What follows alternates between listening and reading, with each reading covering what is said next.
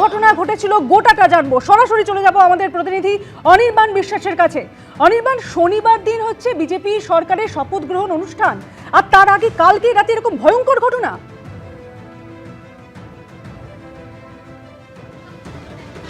দেখো, একদমই কালকে রাত্রেবেলা শুভেন্দু অধিকারীর যিনি আত্মসহায়ক তার সাথে তার সঙ্গে যে খুনের ঘটনা ঘটেছে সেই ঘটনায় কিন্তু চাঞ্চল্যকর তথ্য হাতে উঠে আসছে আমাদের। আমরা ইতিমধ্যে জানতে পেরেছি যে প্রথম যে গাড়িটি ব্যবহার করা হয়েছিল, তোমাকে জানিয়ে রাখবো, শুভেন্দু অধিকারীর আত্মসহায়ক চন্দ্রনাথ রথ তিনি যে গাড়িতে ছিলেন সেই গাড়িতে তিনি ছাড়াও আরও দুজন ছিলেন। গাড়ির চালক ছাড়াও মাঝের সিটে বসেছিলেন মিন্টু নামে এক ব্যক্তি। যেমনটা আমরা পুলিশ সূত্রে জানতে পারছি, এই মিন্টু কিন্তু চন্দ্রনাথ রথের কিন্তু অত্যন্ত ক্লোজ অ্যাসোসিয়েট, তার সঙ্গে ঘনিষ্ঠ এবং তার সঙ্গে কিন্তু সব জায়গায় থাকেন, তার সঙ্গে সহযোগিতা করেন বিভিন্ন কাজে। এই মিন্টু কিন্তু মাঝের সিটে বসেছিল, যার কিন্তু একটিও কোনো আঁচড় লাগেনি, কোনো গুলি বা কোনো ধরনের কোনো আঘাত তার কিন্তু শরীরে নেই, এমনটাই কিন্তু প্রাথমিকভাবে পুলিশের সূত্রে আমরা জানতে পারছি। তোমাকে দ্বিতীয় তথ্য জানিয়ে রাখবো, যেমন চন্দ্রনাথের গাড়িতে তিনজন ছিলেন, ঠিক তেমনভাবে আমরা জানতে পারছি এখন যে মোট তিনজন দুষ্কৃতী গোটা ঘটনা কিন্তু ঘটিয়েছে। তিনজন দুষ্কৃতী মোট ঘটনা ঘটিয়েছে। দুটি মোটর বাইক এবং একটি গাড়ি ব্যবহার করা হয়েছে, একটি নিসান মিক্রা গাড়ি, যে ছোট গাড়িটি দিয়ে চন্দ্রনাথের যে স্করপিও সেই স্করপিওকে স্লো করে দেওয়া হয়, এবং এই স্করপিও যখন স্লো করে দেওয়া হয় তার দুদিক থেকে দুটি মোটর বাইক এসে দাঁড়ায়।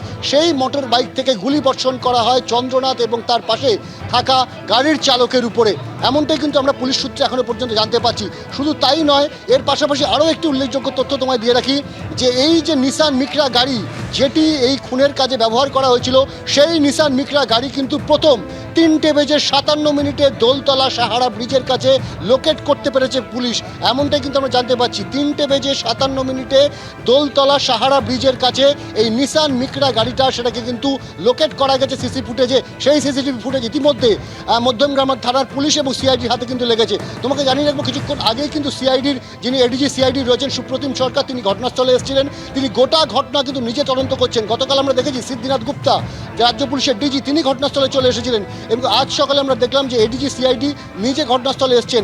এবং এখনও পর্যন্ত যে তথ্য আমাদের হাতে আসছে, পুলিশ কিন্তু কার্যত অন্ধকারে, ঘটনা ঘটেছে গতকাল রাত 10টা থেকে 10টা15-র মধ্যে, এবং তারপর থেকে দীর্ঘ সময় কেটে গেলেও এখনও পর্যন্ত কোনো অভিযুক্তকে ধরা যায়নি। এটা যেমন ঠিক, কী কারণে এই খুন সেটাও কিন্তু পুলিশের কাছে স্পষ্ট নয়। এবং তোমাকে আরও একটি তথ্য দিয়ে রাখি, গতকালই সিদ্ধিনাথ গুপ্তা জানিয়েছিলেন যে গাড়ির নাম্বার প্লেট, সেই নাম্বার প্লেট রয়েছে শিলিগুড়িতে, এবং সেই গাড়ির নাম্বার প্লেটটি সম্পূর্ণ ট্যাম্পার করা হয়েছে। কারণ যে নাম্বার প্লেট ধরে তার মালিকের সঙ্গে যোগাযোগ করেছিল পুলিশ, মালিক পরিষ্কার জানিয়েছেন যে তার গাড়ি তার কাছেই রয়েছে, অর্থাৎ একই নাম্বার প্লেট দু জায়গায়, একটি শিলিগুড়িতে আসল মালিকের কাছে রয়েছে এবং নকল নাম্বার প্লেট ব্যবহার করা হয়েছে নিসান মিক্রা গাড়িতে।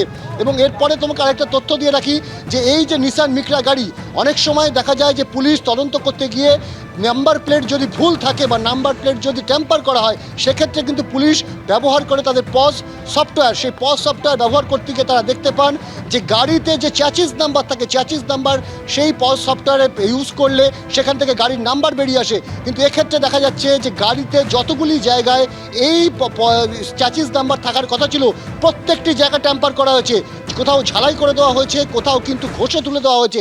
এই রকম একটা পরিস্থিতিতে দাঁড়িয়ে রয়েছে গোটা তদন্ত। অর্থাৎ পুলিশের কাছে এই মুহূর্তে কিন্তু শুধুমাত্র 3:57 ওই সিসিটিভি ফুটেজ ছাড়া, যে ফুটেজে দেখা যাচ্ছে যে খুনের প্রায় 6 ঘন্টা আগে এই গাড়িটি দোলতলার কাছে সাহারা ব্রিজে লোকেট করা যাচ্ছে, সেই ফুটেজ ছাড়া এই মুহূর্তে কিন্তু পুলিশের কাছে কোনো ক্লু নেই ঠিক কী মোটিভের জন্য এই খুন করা হলো এবং কারা এই খুনের ঘটনা ঘটালো। তাই পুলিশ একটা বিষয় স্পষ্ট, একটা বিষয় কিন্তু উপনীত হয়েছে যে এই খুনের ঘটনায় কিন্তু বিপুল সংখ্যায় টাকা বিনিয়োগ করা হয়েছিল, এবং 6 ঘন্টা আগে যেভাবে দোলতলা সাহারা ব্রিজের কাছে এই যে মিক্রা গাড়ি, নিসান মিক্রা গাড়িটিকে লোকেট করা গেছে, সেই মিক্রা গাড়িটি কিন্তু মধ্যমগ্রামে ঢুকেছিল এলাকা রেকি করবার জন্য।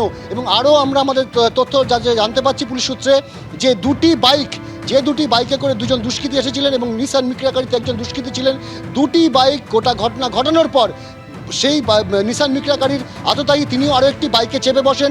দুটি বাইক সম্পূর্ণ ভিন্ন ডিরেকশনে যার, একটি ডিরেকশন হচ্ছে যশোর রোডের দিকে এবং দ্বিতীয় ডিরেকশন হচ্ছে কিন্তু এই ঘটনা ঘটানোর একেবারে পিছন দিকে। তোমাকে জানিয়ে রাখবো যে এই যে রাস্তাটা রয়েছে এই রাস্তাটার নাম হচ্ছে কিন্তু শেখ মুজিবুর রহমান রোড। এই রাস্তা দিয়ে সোজা গেলে কিছু দূর গিয়ে বাঁদিকে যদি যাওয়া যায় তাহলে কিন্তু রাস্তাটা ফের বাঁদিক দিয়ে ঘুরে মধ্যমগ্রাম চৌমাথায় পৌঁছে যাবে। আর অন্যদিকে ডান দিকে যদি যাওয়া যায় তাহলে কিন্তু রাস্তাটা রাজারহাটের দিকে গিয়ে উঠবে। অর্থাৎ এই ঘটনা ঘটানোর জন্য কিন্তু সুপরিকল্পনা রয়েছে এবং সমস্ত তথ্য একেবারে কিন্তু আততায়ীদের কাছে বা খুনিদের কাছে ছিল এবং সেই মোতাবেক কিন্তু তারা পরিকল্পনা সাজিয়েছে। তবে যে তথ্য আমাদের হাতে এসে পৌঁছেছে যে শুধুমাত্র নাম্বার প্লেট ট্যাম্পারিং করা হয়েছে এমনটা নয়, নাম্বার প্লেট ট্যাম্পারিংয়ের পাশাপাশি গাড়ির যে চ্যাসিস নাম্বার যেটা চ্যাসিসে থাকে, বডিতে থাকে, ইঞ্জিনের কাছে থাকে, এমনকি গাড়ির দরজায় থাকে, এই সমস্ত জায়গায় চ্যাসিস নাম্বার কিন্তু ট্যাম্পার করা হয়েছিল। একেবারে সুপরিকল্পিতভাবে গোটা ঘটনা সাজানো হয়েছে এবং এটা খুব পেশাদারি ভূমিকায় কিন্তু করা হয়েছে এমনটা কিন্তু পুলিশ মনে করছে। যে কারণে গাড়িটির আসল নাম্বার কি, অর্থাৎ কোন নাম্বারে গাড়িটি রেজিস্টার্ড রয়েছে, চ্যাসিস নাম্বার না পাওয়ার কারণে সেটাই কিন্তু জানতে পারছে না এই মুহূর্তে পুলিশ, এমনটাই কিন্তু আমরা পুলিশ সূত্রে জানতে পারছি। একেবারেই অনির্বাণ, অর্থাৎ একেবারে ফিল্মি কায়দায় পরিকল্পনা মাফিক একেবারে গাড়ি ফলো করে এই ঘটনা ঘটানো হয়েছে বলে জানতে পারা যাচ্ছে।